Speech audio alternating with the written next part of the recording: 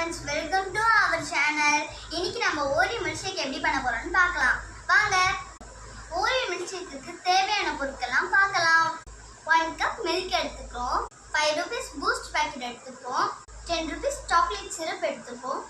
10 rupees Gems எடுத்துக்கோம். பெரிய packet Oreo ஒன்று எடுத்துக்கோம். க்ரீம் தனியா பிஸ்கட் தனியா எடுத்து வச்சுக்கோம். பிஸ்கட் எடுத்து ஜார்ல போட்டுக்கலாம்.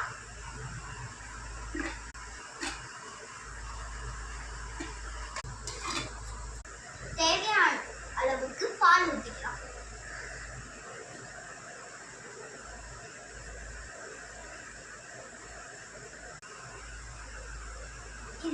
பால் நம்மளுக்கு போதும்.